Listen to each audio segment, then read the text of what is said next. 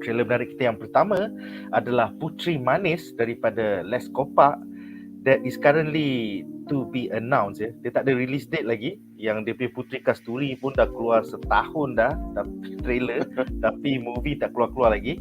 So Hadi, whenever you're ready, jom kita tonton ataupun teaser pertama bagi Puteri Manis. Teaser filem tak tahu apa. Okay. Diorang busy buat podcast bro. Aduh. Jadi 1, 2, 3. Alright, jom kita tonton. Alright. Interesting. Alright, so that's it. Teaser yang keluar tanpa difilter, kita tak minta pun, it just came out of nowhere. That was quite surprising. Tapi untuk segmen ni aku ada 2 soalan. Satu untuk Hadi, satu lagi untuk Munif ya. Jadi soalan pertama untuk Hadi adalah apakah reaksi anda terhadap teaser terbaru Puteri Manis daripada Les Kopak ni? Silakan. Okay, first of all, it look really good. Memang kita tak boleh nak nafikan lah animation Malaysia ni, when they pour their work into it, kalau diorang curahkan diorang punya keringat untuk membuat animasi, memang nampak sekarang dah level hampir lah nak ke Hollywood dah lah kita punya animation tu kan. Kalau kita kecilkan sikit skop macam pergi ke region Asia pun, we are there already. Memang kalau kau nak tandingi Japan ke China ke or any country yang baru nak membangunkan diorang punya animation industry, we are there already. So memang the tenaga kerja semua tu ada. We have the talent, this is the proof. Tapi basically reaksi aku waktu aku tonton teaser ni, where is the movie? Sebab aku tahu, aku punya pengetahuan aku tentang Puteri ni is that is a series animasi, short animation series dekat TV9 tak aku masa tu dia keluar, and then lepas tu ada keluar kat YouTube juga. Memang very pendek je lah, dalam berapa belas minit je. And then lepas tu dia diteasekan pula dekat dalam filem Upin dan Ipin Keris Sembang Tunggal waktu post credit scene. That post credit scene is really cool, macam very unexpected bila Upin Ipin pergi dekat the other world tu, dunia pelipur lara tu, dunia hikayat sejarah dongeng orang Melayu. Rupa-rupanya that dunia tu yang ada Mak Jenin lah, ada Pak Pandey lah, ada apa semua karakter-karakter dongeng Melayu. Rupa-rupanya dunia tu adalah dunia kingdom Puteri Limau ni. Puteri Limau ni. But then of course kita tunggulah macam 2019, and then dah 4 years after that macam tak ada lagi. Dan lepas tu sebelum tu the tease Puteri Kasturi.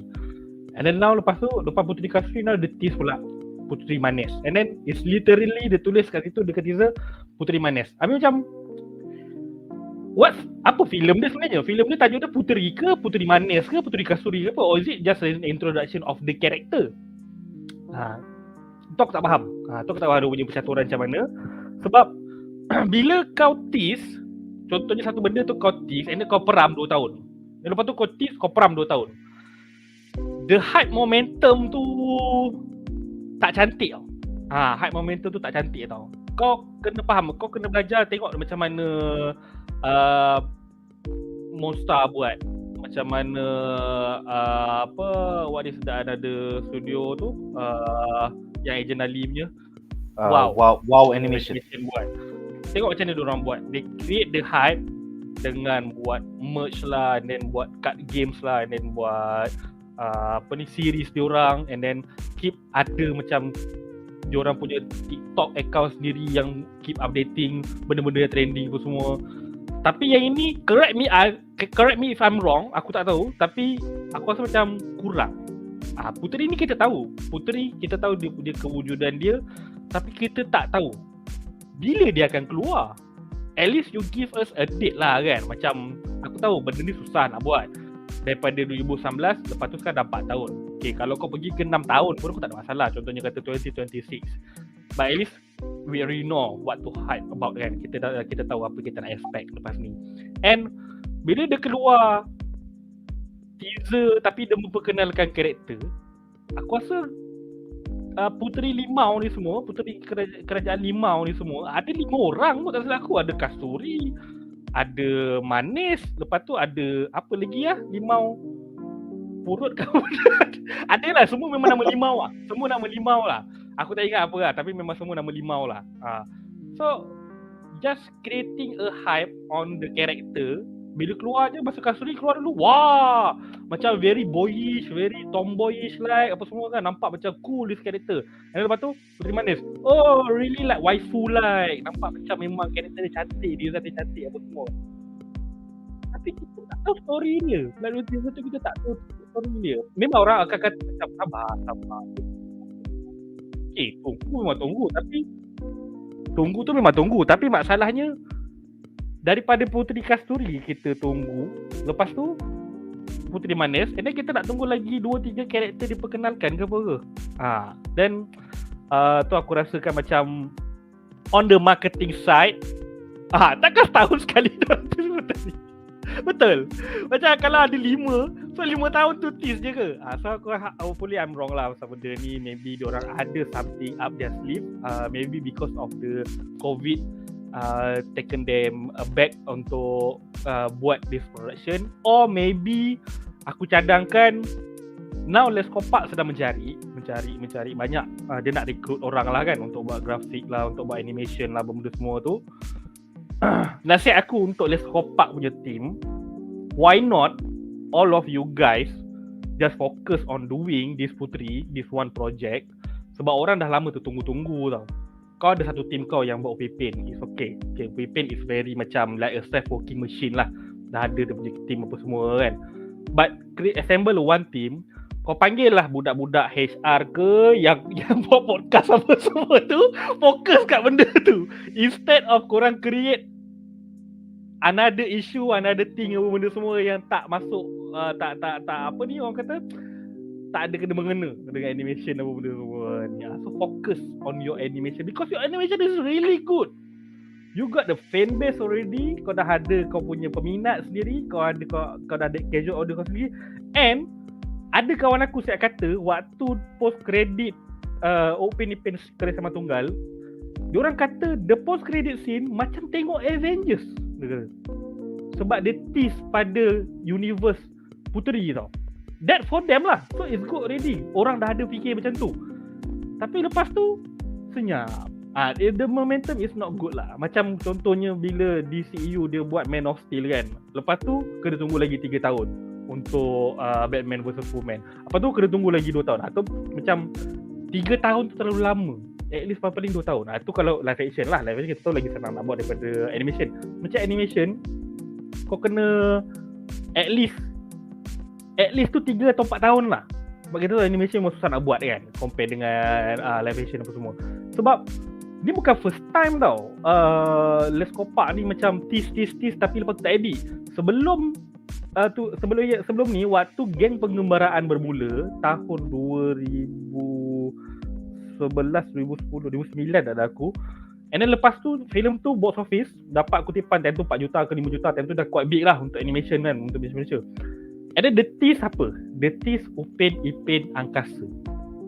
Means that Upin akan pergi ke angkasa. Macam orang excited gila. Macam okay, this is the sequel for game pengambaran mula. Scrap. Tak edit. Aku tak tahu lah sebab ada isu, maybe ada isu kot dengan Nizam Razak ke dengan Usamah ke pada waktu tu semua. And then lepas tu dia fokuskan pula pada Upin series apa semua, pasarkan dekat Indonesia apa semua. So hopefully Leskopak know that they have fans in Malaysia yang boleh support. Dah dibuktikan pun melalui filem Makan Mato, filem Boy, even filem Didi and Friends tu pun box office juga. So kau kena cepat. This is your gold mine. Ini kau punya peluang untuk menarik, untuk get that cheese man. Get some of that. Get some of that greens.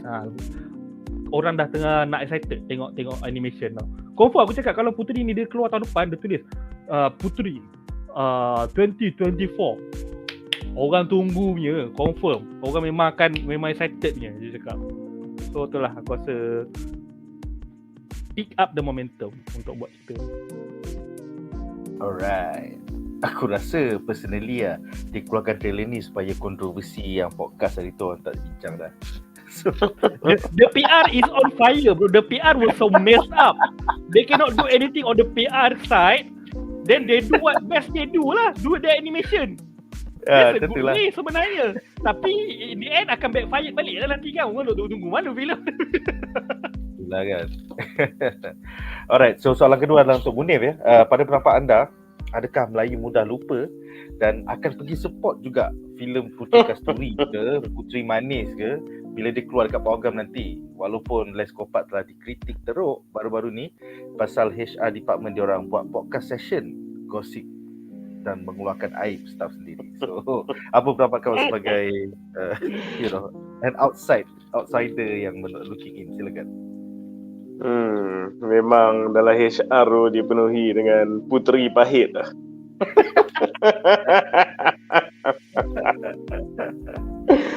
Okay, itulah. As someone who is not a big fan of toxic workplace culture and pun pernah terdahulu kat firm-firm lama dulu jadi terlibat dengan itulah of your office yang ada very toxic punya work culture.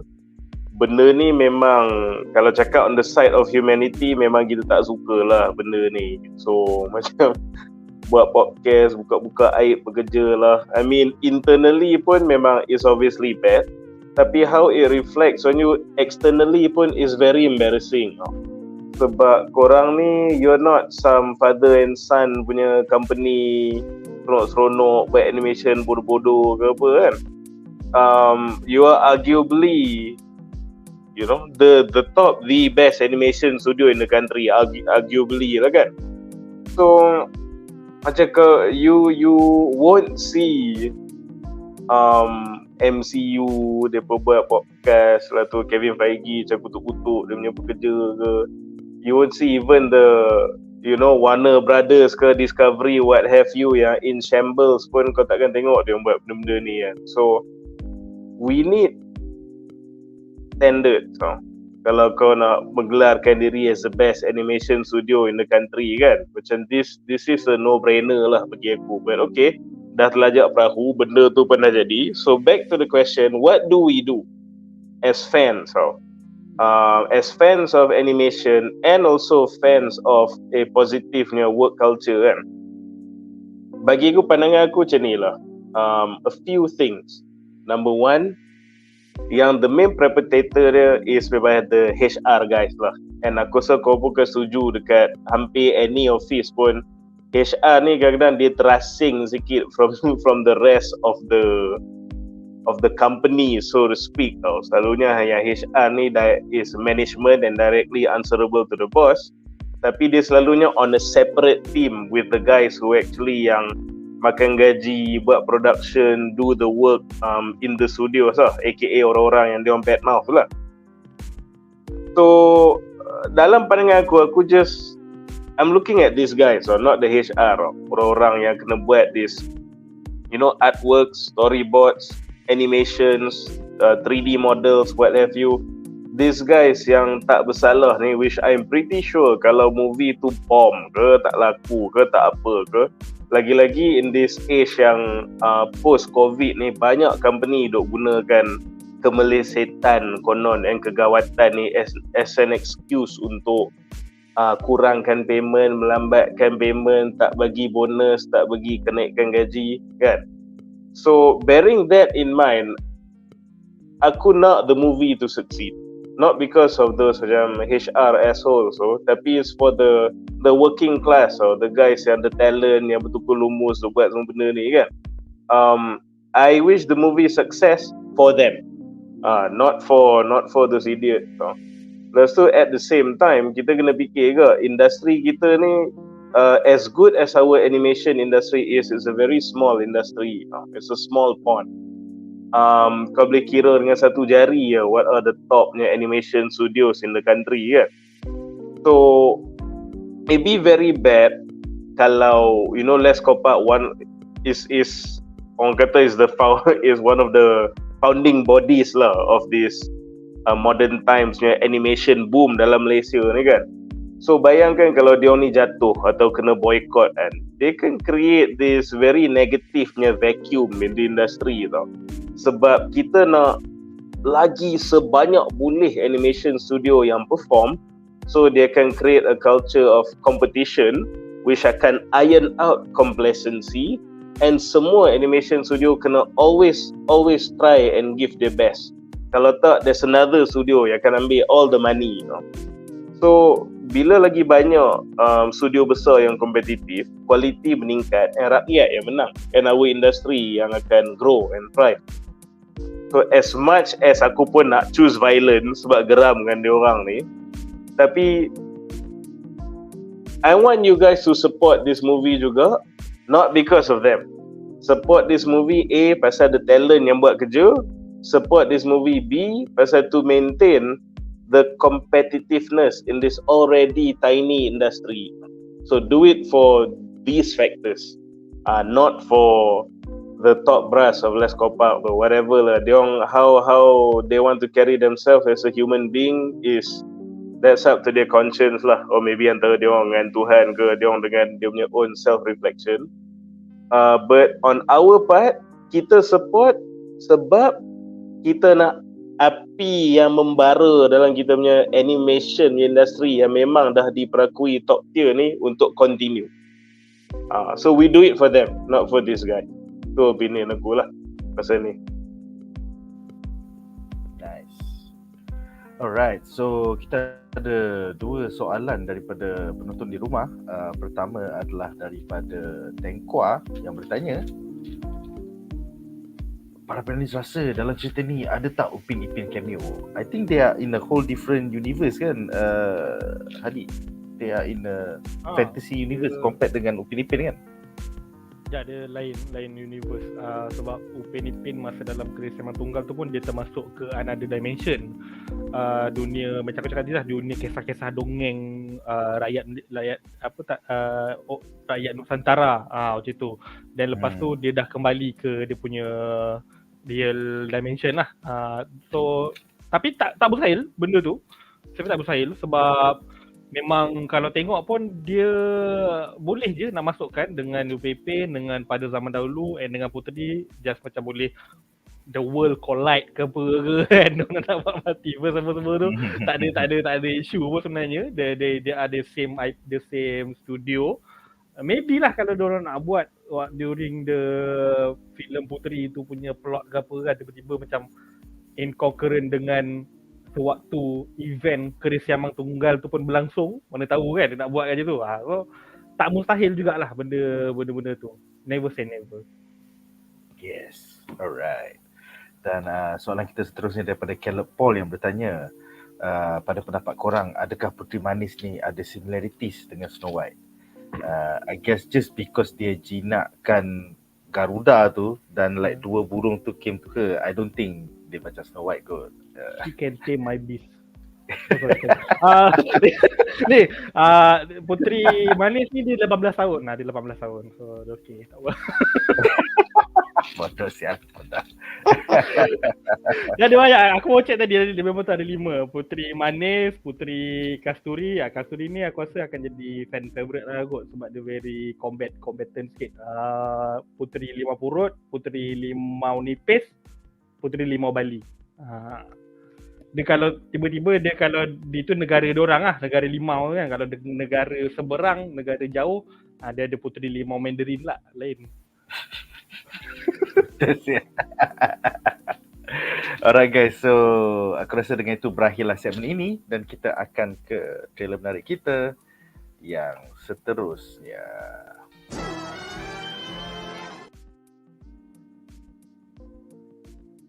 Alright, so daripada kita sekarang ke trailer kita yang kedua, iaitu Dune Part 2. So sinopsis pendek dia adalah Dune Part 2 will explore the mythic journey of Paul Atreides as he unites with Chani and the Fremen while on a warpath of revenge against the conspirators who destroyed his family. Facing a choice between the love of his life and the fate of the known universe, he endeavors to prevent a terrible future only he can foresee.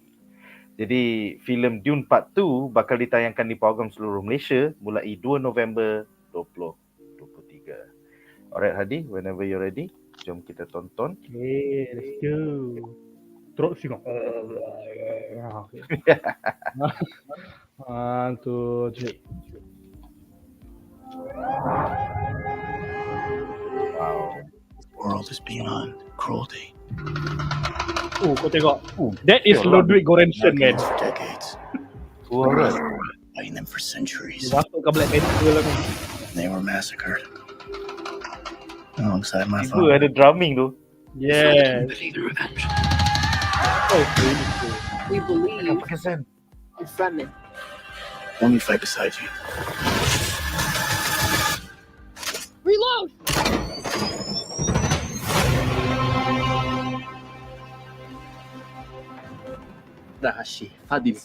He said I that. got that.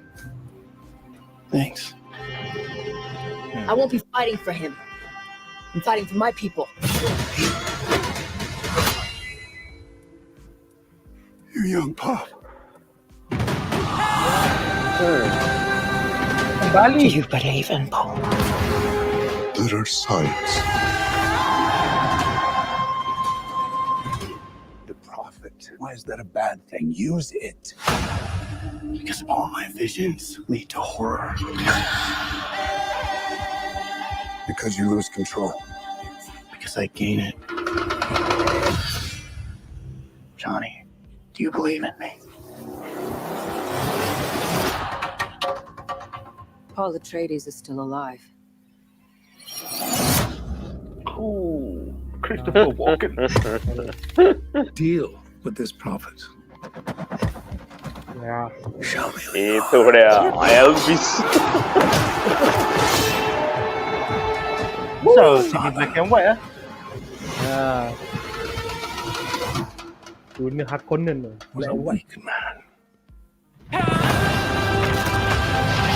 Comes back from the dead. I will do what must be done. Come on, Batista, do something. We gave them something to hope for. That's not hope!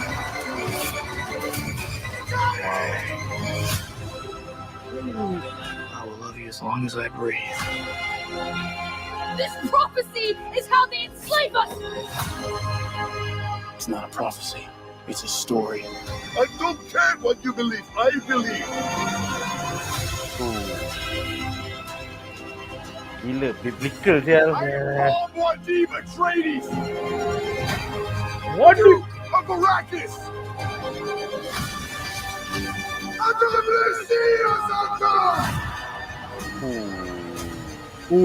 Inilah perang. He who can destroy a thing Gila has tu dia real miskin. control of it.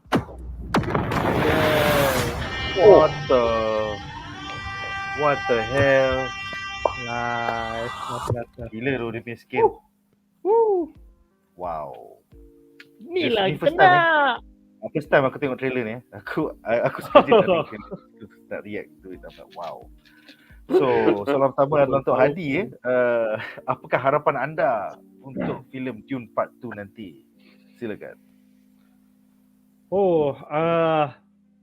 Bila tengok trailer ni kan, part 2 ni, means that okay, kita tahulah dia punya cerita macam mana kan. Part 1 is literally nothing though. Bukanlah tak best. Part 1 is really good. Part 1 memang filem kegemaran aku tahun 2021 lah. But itu pun kita dah enjoy gila tengok kan. But bila tengok part 2, kita rasa macam part 1 tak tunjuk semua tu. Part 1 dia just macam tease, dia baru set up je. Dia baru letak je semua tau. Part 2 ni baru macam all out. And then the trailer damn feel so nampak full gila lah. Nampak full gila. Dia macam cerita nak keluar Disember. Lambat lagi sebenarnya, 6 bulan lagi kan. November bro, November. November 2023. Cerita nak keluar November. Lagi 5 bulan. So dia bagi kau tau. Kalau tengok macam aku tengok, tak habis lagi trailer ni. But bila kita tengok, kita akan rasa macam ada lagi sebenarnya. Dia orang tak tunjuk. Walaupun kadang-kadang dia orang kata macam trailer ni terlalu menunjuk sangat. but we see nothing yet. Tahu? Ada banyak lagi sebenarnya. Watak Lia Seydoux tadi pun macam tak ada sangat tadi aku nampak.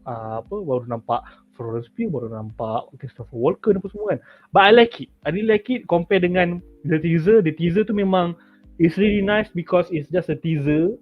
It's done its purpose. And then the trailer ni memang rasa okay. Aku jujur cakap, if this is the final trailer pun dah okay. Lepas ni kau tak tunjuk lagi dah. Tak payah pergi ke clips ke, nak show clips ke, nak apa benda, just promote on the digital part je. Pergi promote poster, promote dia punya on the Facebook ke, Twitter dekat sosmed macam tu je. Trailer dah tak payah tunjuk dah. Trailer habis kat sini je. Time tu barulah macam rasa, oh bila kau tengok filem tu, rupanya ada banyak lagi yang dia tak tunjuk. So tu aku punya reaction, aku memang really looking forward untuk filem ni. Kita dah half year untuk tahun 2023 and dalam bulan Januari sampai ke bulan Jun kita dapat dengan macam-macam filem. But dalam sini aku katakan kita punya blockbuster is quite underwhelming, macam tak berapa hype sangat. Kalau tak dia punya filem-filem dia tunjukkan tak berapa mencapai sangat KPI aku untuk tahun ni. Dapat kita tengok Transformers and then tengok Indiana Jones apa semua tu kan. It's good tapi tak sampai tahap lagi. So the second half of 2023 ni, this is where things getting interesting. Kau ada Oppenheimer, kau ada Mission Impossible, ni lepas tu Dune lagi tak keluar. So aku memang betul-betul looking forward dengan filem ni and I want to see more but in the cinemas nanti. Ini kau tahu kau bayangkan masa part 1 dulu aku dapat premier. Aku dapat jemputan premier tapi aku tak pergi sebab masa tu dia macam dia bagi dekat tiket biasa tau, bukan tiket IMAX. Filem ni aku memang purpose aku nak tengok IMAX. So aku kalau dah tengok first time, agak susah aku nak tengok second time tau filem kan. So aku tolak premier, lepas tu aku nak tengok sendiri. Aku bayar sendiri, aku nak tengok IMAX dekat ICT. Aku tengok masa tu memang and then nak jadikan best the pengalaman tu aku tengok dengan arwah ayah aku. Then dia cakap aku takut dia tak suka tau sebab cerita ni slow. Ramai kata cerita ni slow lah apa benda semua kan. Which is memang betul, memang slow tapi it's interesting perjalanan cerita dia. So aku takut macam kadang-kadang takut sebab dia dah tua. So takut dia macam mengantuk ke apa benda kan. Surprisingly dia kata kalau keluar Dune part 2 dia nak tengok. Aku dah macam okay, mission accomplished lah kan. So yes, this film memang betul-betul benda yang aku looking forward untuk tahun ni daripada 2021 lagi. It's quite surprising lah. Warner Brothers boleh collab dengan Denis Villeneuve dan macam boleh siapkan dalam masa 2 tahun without any problems. Kita lega dengar tak ada reshoots, tak ada apa benda semua kan, tak ada apa-apa masalah-masalah dalaman macam filem-filem Warner Brothers yang lain. So I'm optimistic with this. Really optimistic. Alright. Alright, so soalan kedua adalah untuk Munif ya. Aku tak sure kau dah baca ke tak novel-novel dia. Tapi apakah pendapat anda tentang impian Denis Villeneuve yang ingin melengkapkan trilogi ini dengan adaptasi buku kedua Dune Messiah? So silakan. Itulah macam aku adalah baca sikit pasal Dune ni. And of course tak habis lagi sebab must have had like 26 novels ke benda kan semua sekali. 26 lah, 20 plus kan, something tak, like that lah. Tak, yang penting hanyalah yang Frank Herbert tulis. Yang anak dia tulis so Frank Herbert only wrote 7 novels. That's all. He started as a trilogy, then it became a second trilogy and then there was like one prequel, that's it. Okay, so tu lah. Tapi bila Villeneuve like kita dah tahu dia punya game plan tu nak end it with that book kan. So macam mana aku ni going back to the first movie lah untuk komen pasal ni kan. Kalau aku kena terus terang, I was probably one of the few guys who probably didn't enjoy the first movie. Sebab aku went in blind. So aku tahu macam Dune ni memang is a classic lah, sci-fi classic. And memang bila aku baca pun macam rasa lah dia punya in-depth, dia punya lore, dia punya world building tu semua tu kan. But personally bagi aku, that's what aku suka pasal this expensive punya fantasy atau sci-fi. Tapi bila aku tengok the first movie tu, aku tak dapat that feel lah. Sebab no doubt movie dia memang sangat cantik, very beautifully shot. It's an artwork of a movie. Tapi macam aku tak dapat macam mana. Sebab going in blind, aku macam kenapa dia ni serang dia ni? Who are these guys kan? Why are these guys a big deal? And semua macam buat muka dramatik. Bila dia datang, who the F is this guy? Who are these people? I do not know and now I do not care. Lepas tu macam Zendaya kan. Maybe orang semua tahulah saya Zendaya tu dengan puak dia. What's the big deal about them kan? I'm just sitting here tengok Zendaya dah buat this shampoo commercial selang 2 minit kan. Aku macam, apa benda semua ni? Apa big deal lah dia ni? So bukan pasal to me pasal writing ke, pasal director, pasal apa ke.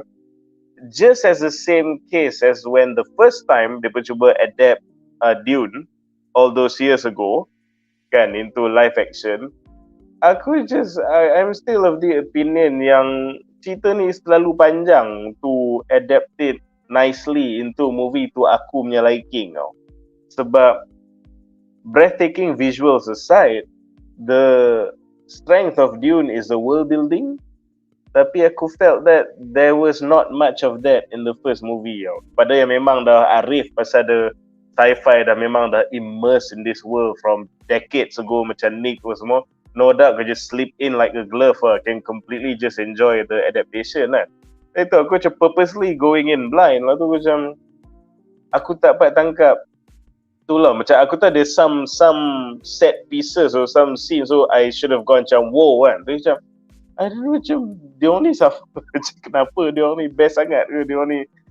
Tu macam and then bila aku sembang aku punya sci-fi friends yang memang dah consume semua Dune punya content ni.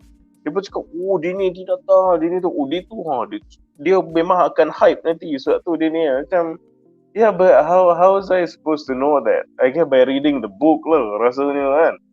So, aku rasa at the end of the day, that weakness still persists in the sense yang the story is too detailed, too expensive and too panjang. So, bila nak dijadikan movie, some of that bagi aku that makes the IP great. Dia jadi lost in translation sebab kau guna compress into 2 hour featurettes lah so to speak kan. Tapi having said that, after aku dah witness the first movie and this is aku punya not so positive take on it, aku go into the second movie with a different mindset rather than macam worry about what I'm missing out from the book. Just anggap that the movies are its own thing and then what is shown in the movie is what is meant to be shown. So tak payah fikir about what I'm missing out, apa yang aku tak faham sebenarnya bila aku tengok benda ni and macam dia orang tak sempat nak masukkan. So aku rasa I would probably enjoy the movie better that way lah. Sebab memang tengok trailer dia nampak je sangat hype. Again, visuals memang mind-blowing dengan dia punya sound design-nya apa semua kan. And the powerhouse punya actors, which is a positive even in the first movie pun. So, just enjoy it for what it is. And the good thing is that nampak macam dia akan ada more action, more plot movement and more things going on in the second movie. So, it looks like aku kan ada a more positive experience in the second movie lah, on face value from the trailer so far lah. And aku setuju dengan Hadi kalau yang ni jadi the final trailer pun is actually enough. In fact, I think they shoot a bit too much pun sebab macam maybe orang yang patut dah tak ada tiba-tiba ada balik and then this and that lah. So that would have been nice to actually experience in the theatre itself. But as with modern movies these days, they tend to overshow. Tak boleh buat apa. Even Godzilla vs Kong dulu pun bangang gila. Dah tunjuk mecha Godzilla awal-awal. So yeah, cakap pasal dia adapting of this second book into to complete this movie trilogy. aku punya concern itulah macam that the story is too luas. Bila aku cakap expensive tu bukan mahal lah, expense luas. So takut buku tu the law tu terlalu meluas, which I felt that's why aku cakap kurang sikit in the first movie, sebab I know exposition is bad, macam not necessarily bad, tapi macam the abuse of it akan membuatkan the narrative tu nampak lazy lah kan, like lazily done. But I wish there was a bit of it to give us some context for the world. So hopefully maybe adalah sikit benda tu in the second movie, I don't know. But yeah, whatever it is, memang looking forward to this juga. Sedikit hype lah tengok trailer dia, but a bit cautious because of aku punya experience with the first movie. I really hope they can prove me wrong, that in spite of the size of the books, they still dapat pick and choose benda yang you know, yang nice. Macam Lord of the Rings lah. Dulu Peter Jackson pun bukannya verbatim man everything into the movie kan. Dia pun banyak chop and change, benda dia buang, benda dia tambah, benda dia buang, but it works juga kan. So hopefully maybe with the second movie ni will be so good that then bila aku combine lah dengan the first movie, they can make more sense for me lah. So hopefully the second movie ni even akan membuatkan aku better enjoy the first movie pun. So that's what I am hoping for lah. Yes, actually aku setuju juga dengan Munif. I am kind of cursed by knowledge pasal aku baca Dune about 23 tahun lepas ataupun 20 tahun lepas. So bila kau dah tahu semua benda, world building dia jadi macam senang. Tapi personally I wish that Warner Bros had given Denis Villeneuve a lot of money to do a multi-season punya TV series macam Game of Thrones. Kan? Contohnya kau bagi 8 season, setiap season ada 13 episode or like 10 episode, then the Dune would have had more time to breathe. Nanti kau akan kenal siapa Fremen, siapa the Galactic punya, you know. Ya, dia macam terlalu banyak faction. Aku rasa lebih daripada Lord of the Rings kot. So agak susah in a short 2 hours 30 minutes kau nak explain semua pihak, apa kepentingan diorang, kenapa Arrakis macam ni. So yeah, it's quite a hard experience untuk mereka yang tonton for the first time dalam beberapa tahun lepas. So hopefully macam Munif cakap juga, yang bila filem kedua ni korang tonton, dia akan buat filem pertama tu jadi level sikit, ataupun maybe it was built to be seen together 1 and 2, macam movie marathon lah in a sense. Yeah. Alright, so kita ada beberapa soalan menarik. Pertama, Nasi Goreng berkata, Assalamualaikum. Waalaikumsalam. 3 trailer, nampaknya tak banyak trailer minggu ni. Bermula daripada minggu ini, kita hanya akan bincang 3 berita setiap hari Isnin, dan kita akan review hanya 3 trailer. Pasal kita nak shortenkan setiap episod under 1 hour. Dan untuk mental health host juga yang banyak buat live stream setiap minggu. Nick tak nak pressure panelis.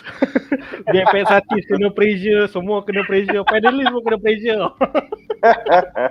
Nanti ada panelis strike, nanti aku so pun ada strike ke. So going forward kita hanya akan bincang 3 berita setiap hari Isnin dan bedah 3 trailer setiap hari Selasa atau Rabu. Itulah. Quality over quantity. Short and sweet. Seterusnya, Wan Faris bertanya, kenapakah sci-fi 80-an dan 90-an macam Dune ataupun Star Trek tak meletup ataupun big macam Star Wars? Well, basically genre untuk Star Wars adalah space opera. So space opera tu lebih macam drama pukul 7 tapi menggunakan teknologi. Manakala sci-fi ataupun hard sci-fi macam Dune, macam Star Trek ni, dia agak cerebral ataupun agak boring pasal orang-orang nerd je yang boleh hadam ataupun rela layan. So pada aku, teori aku adalah because it's dry, it's very technical. So dan pacing dia slow. So macam itulah. Ni datang daripada seorang nerd sendiri yang suka hadam benda-benda yang dry. So itu adalah teori Brazil aku. Aku bukan put down orang yang tak layan sci-fi ke apa, tapi it's just my personal opinion lah. Macam itulah. Hadi, kau ada teori kau sendiri? Basically kalau secara simpelnya ni nak cakap yang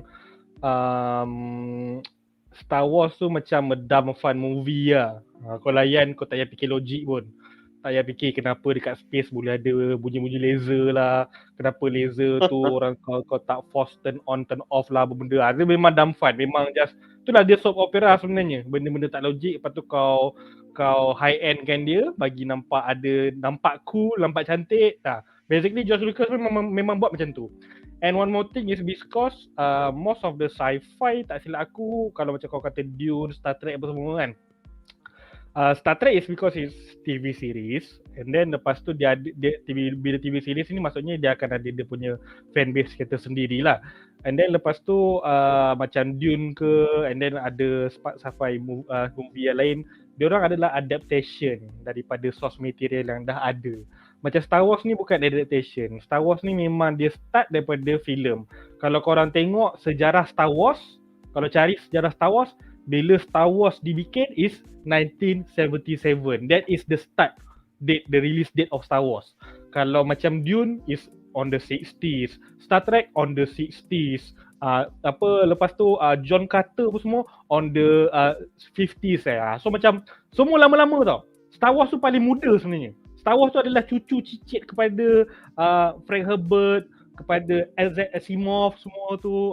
So bila dia baru, means that dia punya audience pun baru, dia punya interpretation pun baru, then orang macam just tak payah fikir pasal dia ikut source material ke tidak ke benda ke, all the technical parts, technical terms semua tu orang tak payah fikir, orang just masuk and enjoy the movie.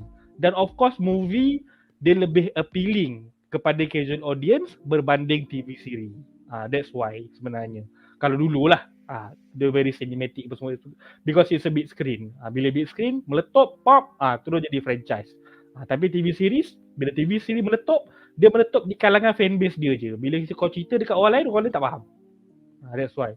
Itu kat sini pun kalau tengok paling banyak memang aku rasa dekat Malaysia ni paling banyak fanbase pun Star Wars sebenarnya, bukan Star Trek. Sebab Star Trek terlalu banyak dia punya lore apa semua, dia punya series apa semua kan. Sama lah macam series sci-fi yang lain, semua tu adalah adaptation daripada source material lain. Cuma kalau sekarang nak buat balik sci-fi tanpa ada source material a bit susah sebab kau nak dapatkan cerita yang original tu memang susah lah sekarang. So kita tengoklah nanti kan nak keluar Rebel Moon, keluar lagi cerita-cerita lain apa semua, The Creator semua tu, tu kan daripada original story kan. Hopefully it's good lah. Betul. Tak sabar. Alright, soalan seterusnya adalah daripada Muhammad Hazim yang bertanya, adakah akan ada kemunculan adik Paul iaitu Alia Atreides dalam filem ni? So dalam novel memang Alia Atreides dilahirkan sometime around timeline of Dune Part 2 ni. Tapi dari segi casting, aku tak dengar apa-apa. Dekat IMDb pun aku tak sure sama ada Alia Atreides ada casting ke tidak. So maybe Denis Villeneuve nak peram watak ni and gunakan dalam Dune Messiah, maybe. Kita tak sure lagi. Tapi sama-sama kita nantikan bulan November nanti. Maybe akan ada surprise dia punya post credit ataupun dia tak tunjuk dalam trailer, maybe akan ada dalam filem. So sama-sama kita nantikan lah. Alright, so dengan itu kita akan ke trailer menarik kita yang terakhir.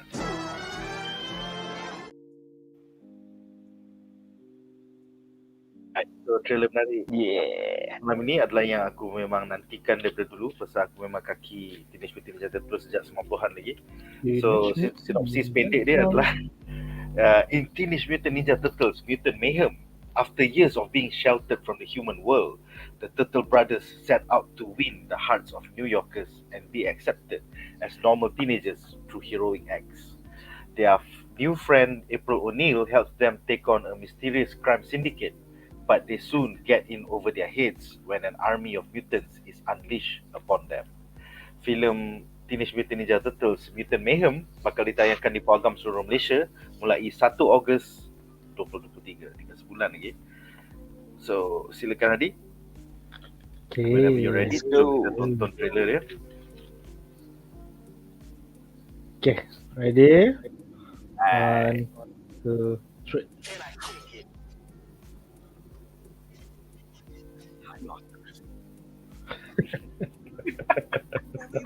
Celaka. Memang celaka dia. We're just running errands. That's it. Cantik gila. Cantik tu. Dia punya art style reminds Yang me of macam Spider-Man. claymation sikit. Claymation Yeah. plus 2D plus 3D. Dia very stylized. Hey guys, if we weren't monsters that were shunned by society and we could do what we wanted, what would you guys do? Go to high school. Maybe get a girlfriend. Can you imagine that? Not likely. This is insane. Turtle, mutant, karate team. Habislah. I want Habislah. about you. Our dad is Habislah. giant rat. That makes me feel like he's a rat. Police are baffled by the recent crime wave led by Superfly. Nobody's Superfly. because he kills everyone who does. Wow. Cool. No, not cool. Cool. Teenagers kan. And then everyone will think we're cool. They'll accept us. Can I kid you? He's making a deal tonight. Motivasi dia simple tu. Memang motivasi Betul lah. budak. Bodoh gila. Lalat. I can't believe there are other mutants. You want to roll with us? Humans are never gonna like us. So we gonna let the mutants rule the earth. Ada afro Superfly. Betul kan? Nama pun Superfly. Lepas tu ada afro. Six in the morning, police at my door. Tapi scary je nampak. Itulah. My son, Michelangelo, you have heart. Donatello, you have wisdom. Raphael, you have bravery. And Leonardo, honor. Enough talk. I dream about fighting every night. You got a rage problem, right? Memang That's so pun. Raphael lah. That's so Raphael dia. Lawan. Klasik Rafael. Dia macam painted pun kadang-kadang nampak. Tapi bila clear tu clear gila. Betul lah. The frame rate tu nice lah. Nice. Okay. Alright, kita tengok yang seterusnya, Featurette Oh, okay. Alright. Alright. Aku kuatkan sikit.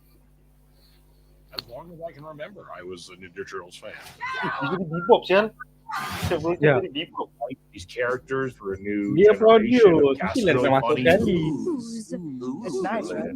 Kick it. Lady Dune is Raphael. I dream about fighting every Wow. Budak remaja betul. Is Betul lah. Donatello. Fine. Ew. Nicholas Cantu is Leonardo. We're really sorry, Splinter. Some of the guys wanted to get pizza, and I tried to talk them out of it. Shimon Brown Jr. is Michelangelo. Why did we pick a fruit shaped exactly like my head?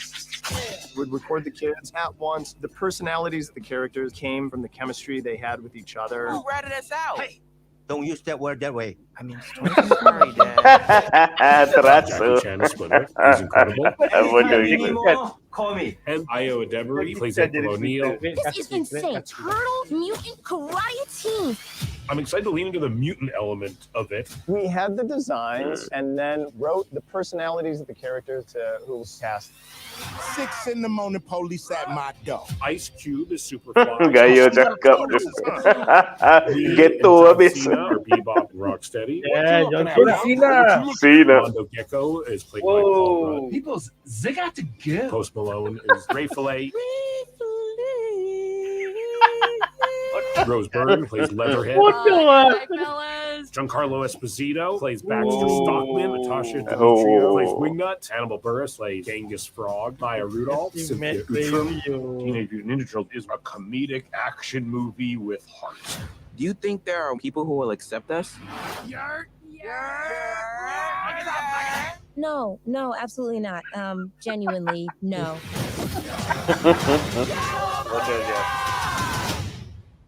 Wow. Best tu. Aduh. Aku rasa filem ni has the potential untuk surprise us all. Just like macam Into the Spider-Verse 5 tahun lepas. Alright. So, soalan pertama untuk segmen ni adalah untuk Hadi ya. Apakah pendapat anda tentang keputusan penerbit Seth Rogen untuk cast actual teenagers bagi memainkan watak Teenage Mutant Ninja Turtles for the first time dalam 40 tahun ya? I think They have never been voiced by teenagers before this for 40 years. So silakan. Aduh, itulah kan. Nama pun teenager, kau nak expect apa? Memang teenager kan. So itu satu, I don't know if it's a criticism ke ataupun complain ke, aku tak pernah dengar ada orang complain ke apa benda ke. But it's a joke lah, it's running joke jugalah. Macam ada macam orang-orang kat internet pun cakap kata.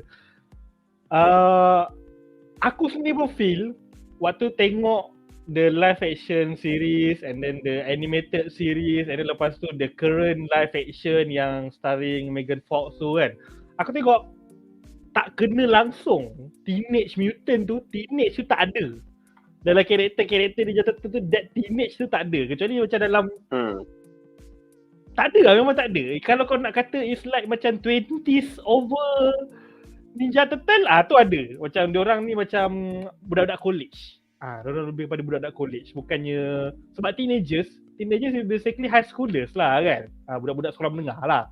So it's good that diorang go with this approach and macam stay true with the labels teenagers. Teenage tu. So daripada dulu tayang semua aku tengok dia, aku kalau dulu masa kecil aku ingat lagi tau, aku tak panggil diorang ni Teenage Mutant Ninja Turtle, aku panggil diorang Ninja Turtles. Ninja Turtle tau. Aku tak panggil Teenage Mutant, tak ada.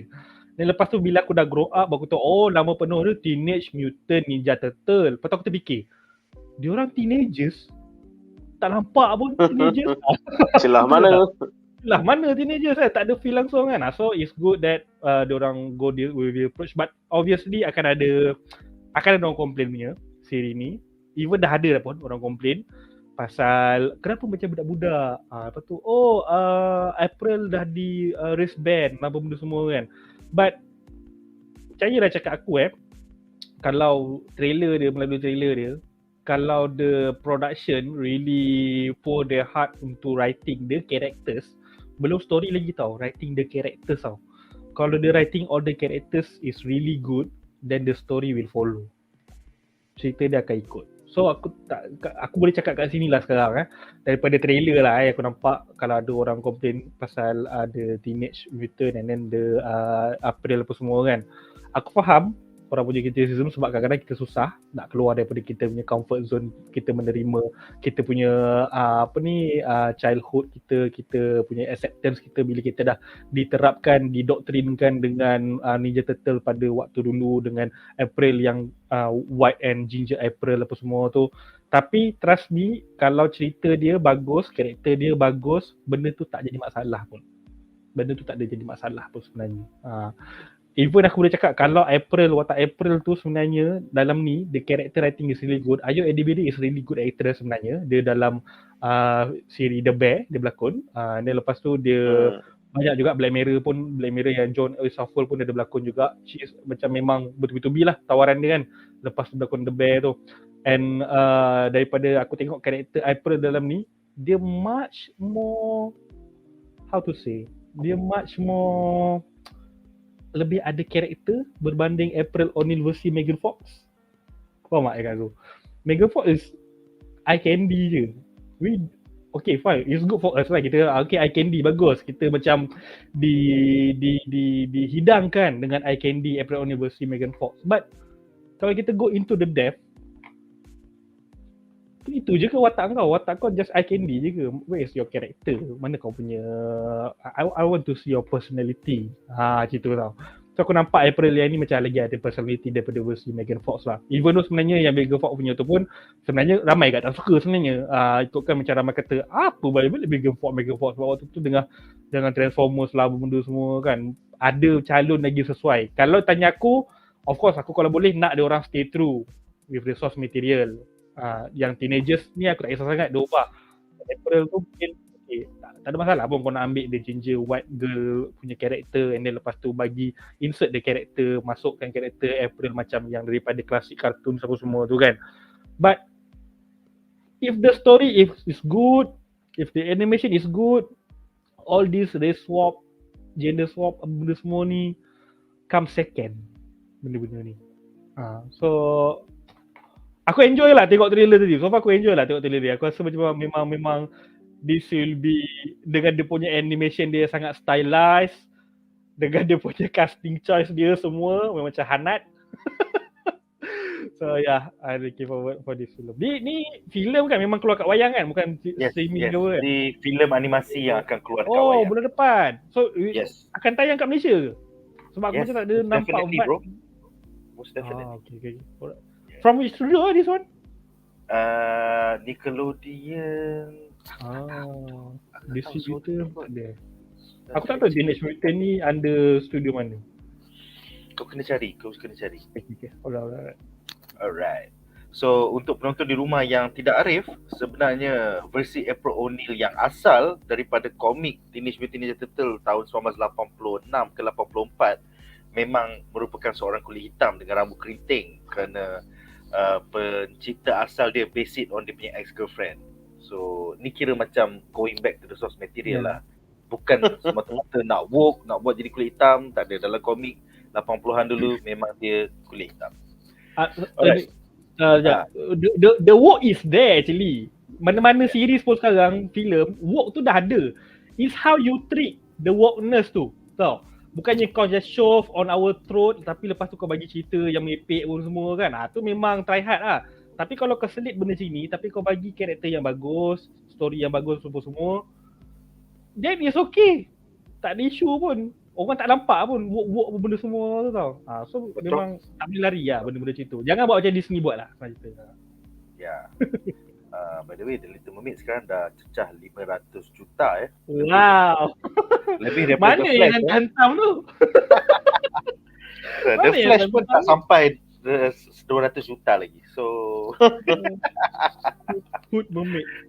Alright, soalan terakhir untuk malam ni adalah untuk Munif ya. Apakah pendapat anda tentang kebarangkalian villains fatigue? Kerana filem ni penuh dengan villains dan mutants Mana satu ketua, mana satu? Silakan. Okay, so cakap saya villains, first kali I have to highlight lah dalam the Michael Bay punya movie lo.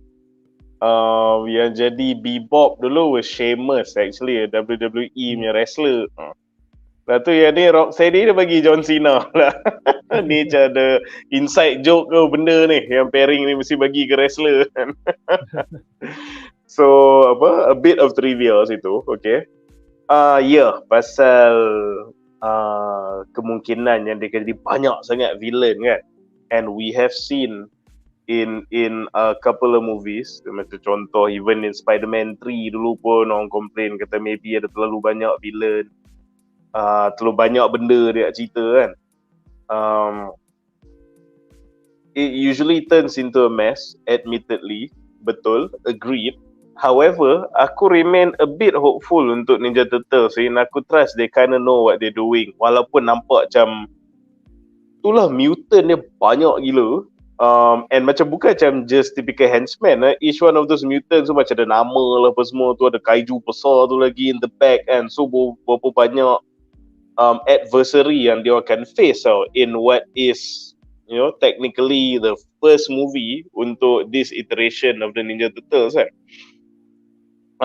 Tapi bagi aku dia kena tengok konteks juga. Dia kena tengok konteks. Sebab first kali this movie is called Mutant Mayhem. So you cannot have mayhem kalau ada seko je mutant je dia mesti bila kata mayhem tu dia kena berjemaah sikit. So in that way it makes sense pasal if that is the creative intention from the beginning as reflected in even the movie title lah, then aku quite confident that they can strike that balance lah. Yang tu satu. Secondly, kenapa aku agak optimistic even with this direction pun is that, you know what, Shredder has been done to death.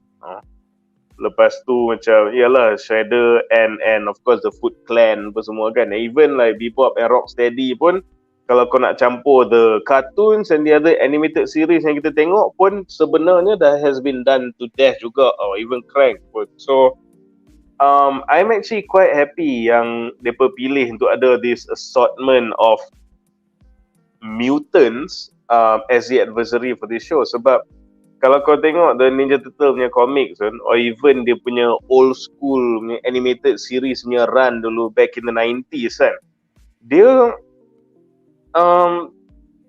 Ninja Turtles apart from Shredder lah, they've always been this villain of the week type punya episodic punya show tau.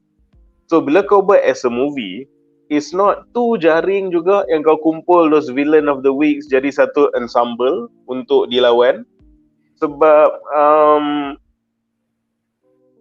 aku suka benda ni pasal sebenarnya the rogue gallery of ni lah villains untuk Ninja Turtles ni sebenarnya sangat gila tau, sangat diverse tau. Diorang ada lawan fellow mutants, diorang lawan ninjas, diorang lawan aliens, interdimensional beings, dragons, mad scientists, dia pernah lawan Hitler pun pernah.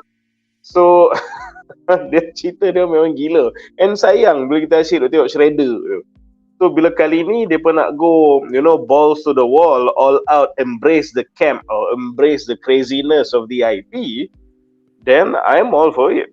Because this is Ninja Turtle. Kalau tadi Hadi cakap pasal nak diorang, nak tengok the teenage Ninja Turtles, and kau kata sekarang maybe this is the Ninja Turtles, then aku kata dari sudut villains pun, this is Ninja Turtle. It's not just Shredder. Dia pun melawan all these crazy mutant creatures memang banyak gila. Ada ikan jadi mutant, sotong jadi mutant, buaya jadi mutant, yang tikus pun jadi mutant, macam counter terus splinter pun ada juga kan. So I'm really glad the direction they go. And another factor kenapa aku rasa this won't be a mess, pasal kau tengok, yes, dari sudut kuantiti memang nampak macam musuh dia ramai, but if you really look at it, technically the adversary is just one group. It's just mutant. So in a way you could say dia punya adversary tu is satu je sebenarnya. It's just a group of mutants that happens to have Superfly tu as the leader tau. Sebab this is not like, okay, kalau aku ambil contoh lah macam kita cakap saya Spider-Man 3, kenapa dia kena criticize, sebab kita rasa all the characters were ring hollow lah tu macam tak cukup masak lah. Pasal apa? Sebab Sandman dah ada lah Marvel Comics dah berapa tahun dengan dia punya own rich history and lore. Sandman tak payah cerita lah pasal Venom, and then ada Goblin lagi kan, yang tu tak payah cerita lah dia punya rich history and lore. So bila kau letak tiga, so to speak, heavyweights lah kan, kau kan rasa dia very watered down lah. Sebab macam mana kau nak fokus pada tiga watak ni bila dia bertiga so rich in backstory and history. But kalau kau tengok lah Mutant Mayhem ni, macam who gives a shit pasal dia Superfly ni main di mana, kau pun kena toxic waste, kau lalat, kau jadi mutant, who cares? Macam dia tak ada history sangat, dia tak ada that. This is a weird thing where a lack of depth actually works in their favor tau, karakter tu. Contoh macam even kalau kita take it back to Batman versus Superman pun, Superman had to face a few adversaries. Dia kena face Batman, dia kena face Lex Luthor, dia kena face pula Doomsday lah sekali. Doomsday tu pula was spliced daripada Zod punya body apa semua. Zod, Doomsday, Luthor, freaking Batman, depa punya lore and backstory and history of these four entities, it is so rich and so deep.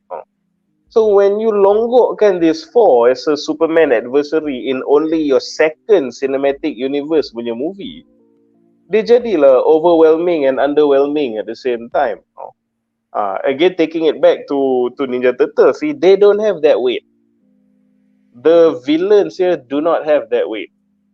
So in fact, putting them together might jadi macam reinforcing each other tau, and a sambal tu boleh jadi that credible threat to the Ninja Turtles tau. So and then another thing, kau kena tengok these guys pula teenagers kan. So macam you've seen many iterations of the Ninja Turtles. Kita ada a few movies yang klasik dulu, the Bay movies, the berapa kali reboot animated series, the OG animated series. Sebab the nature of Ninja Turtles is very villain of the week. Kalau aku nak criticize one thing pasal Ninja Turtles, there's not much stake in it. Kalau kau tolak comics lah, which characters actually die kan. Tapi in all the macam animated cinematic iterations, there's no weight. Dia macam very campy, very funny, good guy always wins in the end, no one dies except for Shredder lah apa semua kan. Tapi kali ni dia tunjuk they are teenagers. And kita tengok on trailer sebelum ni, dia baling shuriken pun terkena paha, kena Mikey ke apa kan. So macam diorang ni budak-budak and diorang amatur. And diorang nak go head on with a group of super mutants. So suddenly kau rasa, there's stakes there tau. They kids. For the first time, they are kids. And they're still learning. And they have to face a group. Bukan a single villain kan. So aku rasa walaupun dia nampak macam light-hearted, tapi dia ada some stakes there tau. Compared to some of the movies yang we've seen recently even. So because of all these faktor-faktor ni, aku rasa is actually a good decision. And kenapa aku jumpa banyak faktor yang shows that this is a good idea, aku rasa it boils down to the fact that this was the creative decision from the beginning. It's called Mutant Mayhem. That was always the decision, creative decision. They stuck to the game plan, and I feel we will be served with something truly special. Aku rasa seriously sebab dengan tengok dia animation, action, and looks like it has heart juga to the story apa semua kan. Don't be surprised if this gets stopped in the same breath as masa Arcane first keluar dulu, or even Spider-Verse. Speaking of which, Spider-Verse, tajuk dia Spider-Verse, kau tak kata jaring pula ada banyak Spider-Man situ. So tajuk dia Mutant Mayhem. It's only a natural ada banyak mutant villain. Kalau nak disimpulkan lah. So yeah, I just cannot wait for this one. Sangat-sangat cannot wait for this one. Alright, so kita ada beberapa soalan menarik daripada penonton di rumah. Pertama daripada Aroy121 yang bertanya, siapakah director Ninja Turtle? Jadi pengarah animasi Ninja Turtle Mutant Mayhem ni adalah Jeff Rowe. Kalau korang dah pernah layan dekat Netflix, Mitchell vs. The Machines, dia adalah pengarah tu yang aku rasa dia continuekan the 2.5D punya exploration selepas Spider-Verse, dan dia buat jadi exciting. So aku tak sabar. Trailer ni Spider-Verse pun dia juga kan? Spider-Verse, I don't think Jeff Rowe was in it. Nanti aku check dah. Jeff Rowe. Macam one of the director kot, tak sure lah. Tapi ya, the Mitchell and versus the Machines tu pun really cool lah. Yeah, definitely. Aku rasa Jeff Rowe tak terlibat dengan Spider-Verse. Tapi aku rasa member macam tu jugalah. By the way, untuk menjawab persoalan Hadi tadi, Paramount Pictures distribute this film. So kita kena minta data UIP Malaysia lah nanti.